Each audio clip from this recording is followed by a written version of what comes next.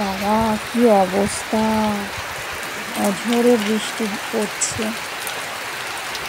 বিছানায় শুয়ে শুয়ে টের পাচ্ছি জানো তো, মানে প্রচণ্ড আওয়াজ হচ্ছে বৃষ্টির। ঘুম ভেঙে গেল, অনেকটা সকালেই ঘুম ভেঙে গেল।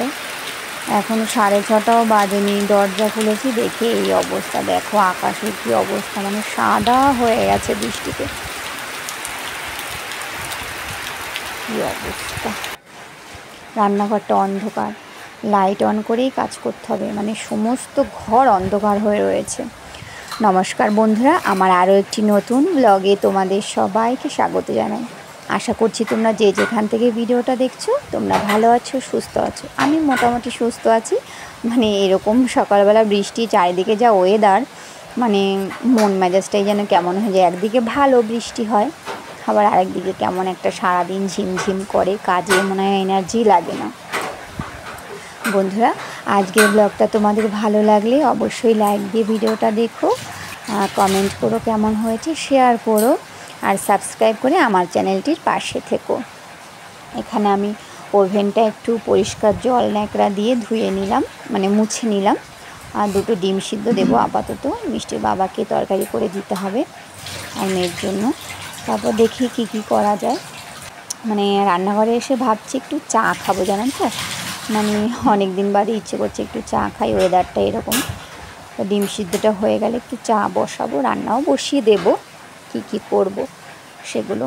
আর আমার মনে হয় এই বৃষ্টিটা অনেক জায়গাতেই হচ্ছে, নিম্নচাপ পড়েছে যখন, বহু জায়গাতেই বৃষ্টিটা হচ্ছে। চা বসিয়ে দিয়েছি আর এখানে ভাতও বসিয়ে দিয়েছি। এখানে কাঁকরোল আর পটল আছে, মিষ্টির বাবাকে ভেজে দেব। আর আমার মেয়ে মানে বেগুন ভাজা খেতে ভীষণ পছন্দ করে, বেগুন ভাজা আর মিষ্টি আলুটা মেয়ের জন্যই রাখবো। যাই হোক, আমি এখানে চা নিয়ে চলে এসেছি। মানে বৃষ্টির কি শব্দ তোমাদের কি বলো, ওই একইভাবেই শব্দ হয়ে যাচ্ছে, মানে একইভাবেই বৃষ্টিটা হয়ে যাচ্ছে। চা খেতে খেতে ভাবছি সারাদিনের কাজকর্ম কী করবো, আর প্রচণ্ড আলসে লাগছে জানো তো, কেমন ঝিমুনি ঝিমুনি লাগছে, একটা অস্বস্তি। যাই হোক, কাজবাজ অনেকটাই গুছিয়ে ফেলেছি। আর এখন টিফিন খেয়ে ছাদে এসেছি। দেখো আমাদের এই জায়গার কী অবস্থা, মানে আমরা মানে সবাই এখানে এভাবেই থাকি। এই খালটা দেখছো, এই খাল এই জলে ডুবে গিয়ে চারিদিকে এরকম জলে ভেসে গেছে। আর রাস্তা দিয়ে যারা যাচ্ছে তারা বলছে মানে আমাদের চারিপাশে এলাকাগুলোতে মানে প্রচুর জল হয়ে গেছে। এই রাস্তায়, এই যে দেখো, এই রাস্তা দিয়ে টোটো যাচ্ছে, রাস্তায় জল উঠে গেছে, এইভাবে মানে বহু রাস্তা ডুবে গেছে জলে। যাই হোক, আর এখানে দেখো এই দাদাটা এখানে মাছ ধরছে। অনেকেই এভাবে মাছ ধরে জানো তো, আরও অনেক ধরনের মাছ ওঠে। দেখো কতগুলো লোক দেখছে ছাতা মাথায় দিয়ে। বৃষ্টি এখন ঝিরিঝিরি বৃষ্টি হচ্ছে, ঠিক আছে। চারিদিক দেখো কী অবস্থা হয়েছে আমাদের। আর আমাদের প্রত্যেকটা বাড়িতেই কিন্তু কম বেশি জল আছে জানো তো। মানে এই খালের সঙ্গে না, এই খালটার সাথে পাইপ সিস্টেম করা আছে সবার বাড়ির, ওই পাইপের ভিতর দিয়ে জলগুলো ঢুকে যায়।